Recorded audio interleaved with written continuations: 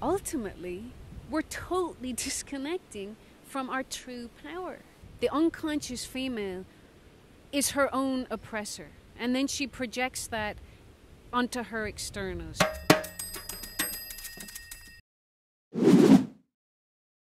The difference between a woman that doesn't hurt herself and a woman that does is that one is the conscious female that sees herself as a co-creator of her reality. I feel happy.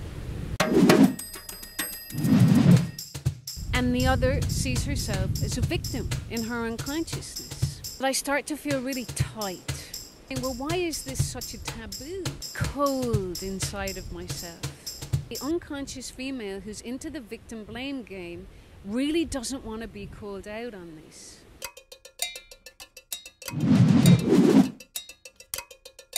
And I think what's happening in the collective today is that all of this mess and confusion and split is really starting to come out into the open, so that we can really start to see what is the unconscious female and what is the conscious female. It's a beautiful place to live from. And when I'm connected with that part of myself, everything feels really, really good.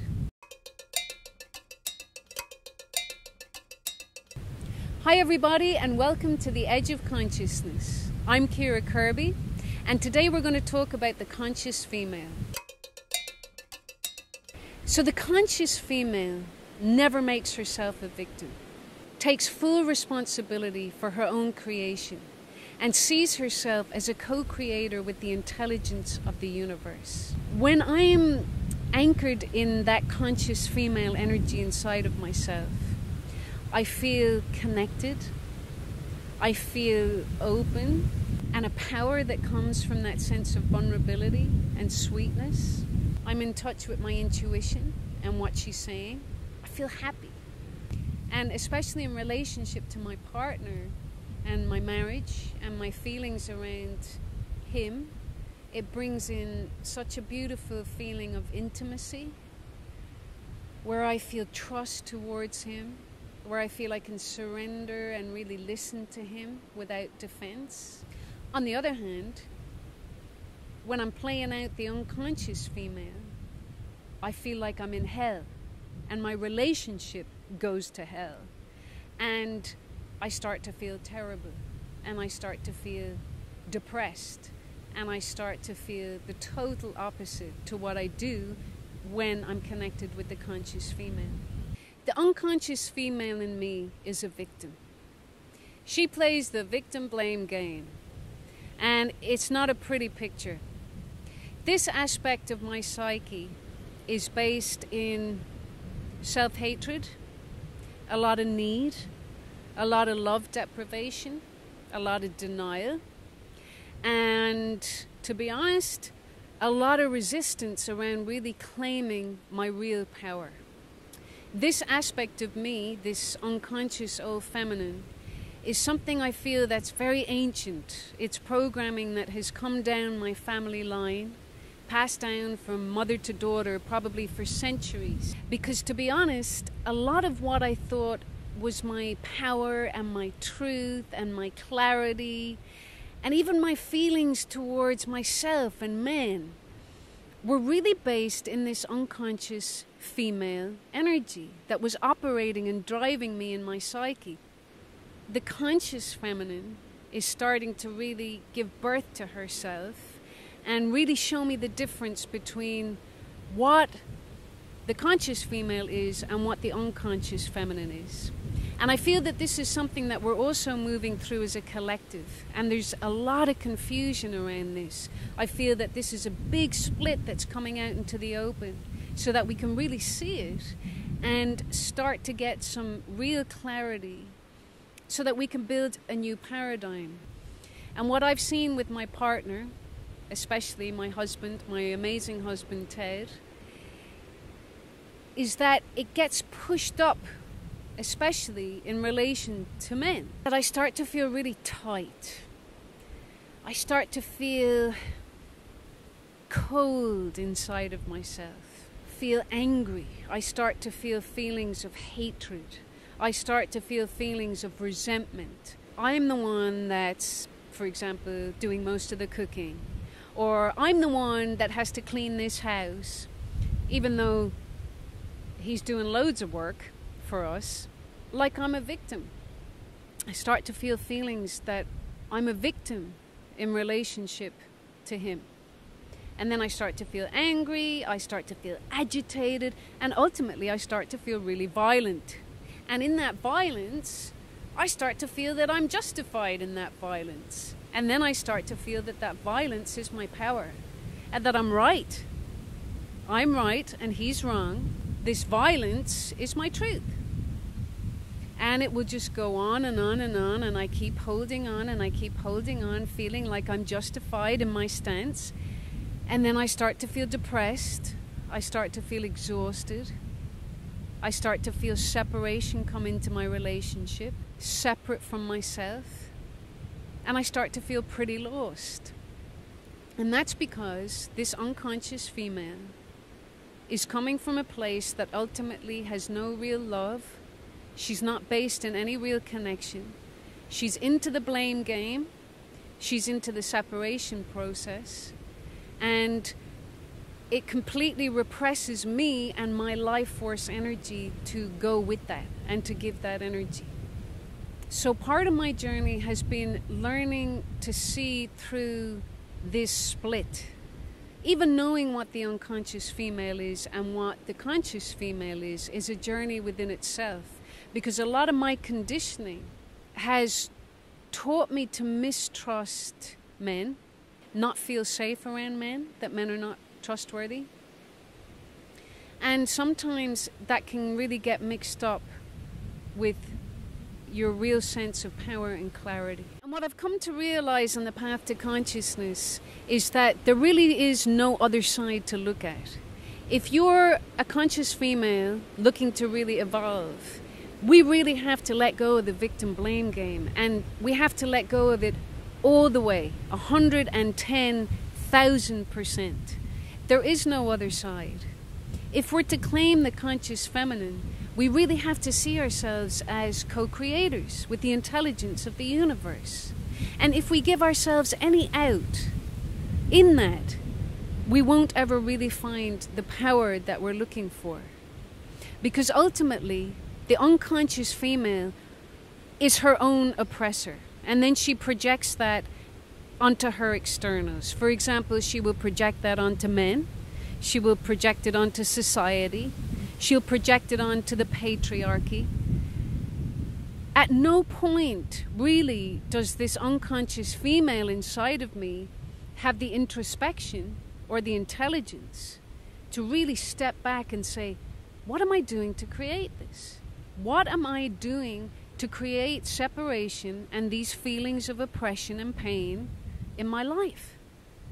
And even the anger and the sense of justice or injustice that I'm striving for, these are all feelings that I've discovered that are based in this old feminine aspect that's operating in my psyche, that's been there for thousands of years. This has been a legacy, an unconscious legacy, that's been passed down through familial structures, cultural structures, societal structures for many, many centuries. And I think what's happening in the collective today is that all of this mess and confusion and split is really starting to come out into the open, so that we can really start to see what is the unconscious female and what is the conscious female.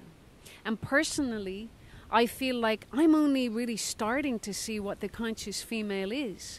And a lot of what I saw as my power and my truth no longer feels that it has any real energy coming behind it, because I still had a lot of aspects of my psyche that carried victim blame consciousness within it.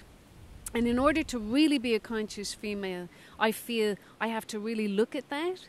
I have to be honest about that. I have to identify that, and I have to really embrace and transform that.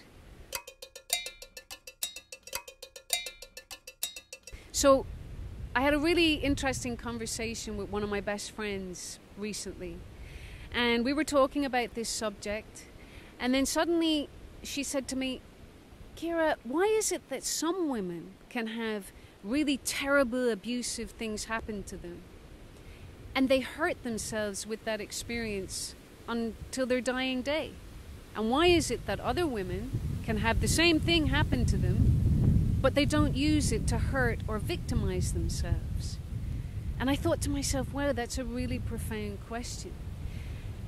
And I sat with it for a few days, and I realized that the difference between a woman that doesn't hurt herself and a woman that does is that one is the conscious female that sees herself as a co-creator of her reality and takes responsibility for that, and the other sees herself as a victim in her unconsciousness. And then we were saying, well, why is this such a taboo? Why is this such a taboo to even talk about this, you know? And one of the reasons why it's a taboo is that the unconscious female who's into the victim blame game really doesn't want to be called out on this. And ultimately, the ego in any form does not want to be called out on its behaviors and its mindsets and its violence. And it's holding on for dear life. And right now it's settling in our collective, and it's holding on to its stance. So I thought to myself, well, I'm going to talk about this, because if I'm to really break through to the conscious female, I got to be honest about what is operating inside of me. And one of the examples that I want to give you is when it comes to, for example, domestic violence or sexual abuse. Even in these areas which are kind of taboo to speak about, the conscious female really takes ownership of her own creation. She takes ownership for everything that she manifests in her life, the good, the bad, and the ugly.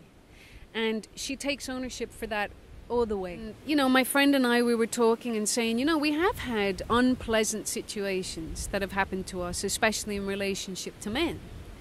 And we've had to come to a point where if we are to evolve, we have to see ourselves as co-creators in every experience that we've created in our lives.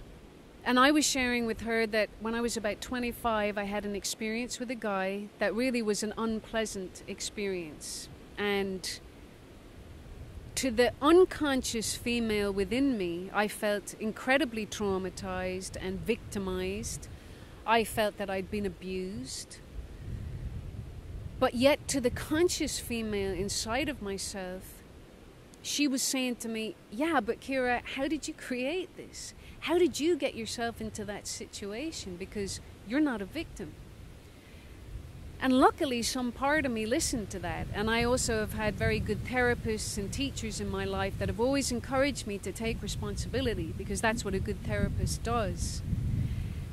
And I soon realized I created the whole thing. I created the whole thing. I was the one that had a lot of need towards this person. I seduced him. I knew he had an alcohol problem, and I knew what was going to happen if I went home with him that night. And yet I did it anyway. But yet, to that unconscious female inside of myself, she still made herself the victim. And I really had to look at that aspect of myself and really see the psychosis in that, the mental illness in that, and also how a lot of other people, especially women, would support me in that place. And that is a real sickness in my psyche and in the psyche of the unconscious female. As someone that's on the path to embodying the conscious female, a big part of my spiritual growth is learning how to really not be in denial when that unconscious female is operating within me. So my first step always when I see her is to say, okay, there you are. You're the unconscious female. So I see you. I know you're operating. I'm going to separate myself from you so at least I can observe you and what you're made up of. And that I don't start to spiral into this victim blame game that creates a lot of pain and separation in my life. Because I feel that the conscious female is a very, very intelligent evolutionary force that really wants us to expand into our full potential. And if we make ourselves victims, we can never reach our full potential. We can never reach our full potential because ultimately, we're totally disconnecting from our true power and our real intelligence that lies in being a co-creator with the universe. And this is a really exciting journey. And even seeing this unconscious female is a really exciting journey, because when I started to get a hold of the unconscious female and all her tactics, because boy, does she not want to be seen. And she has a lot of different ways of making herself the victim, and then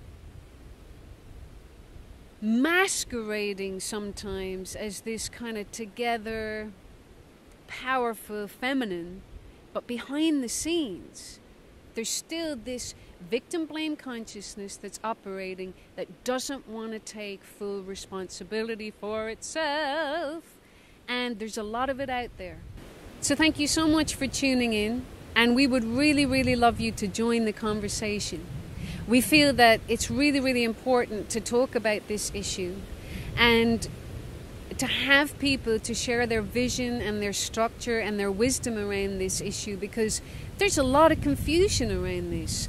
And there's a lot of people, I'm sure, that are going through a lot of these feelings and they need some help and support with it. So let's talk about this. Let's bring our wisdom to it, and let's shine consciousness, real consciousness, on this issue of the conscious female.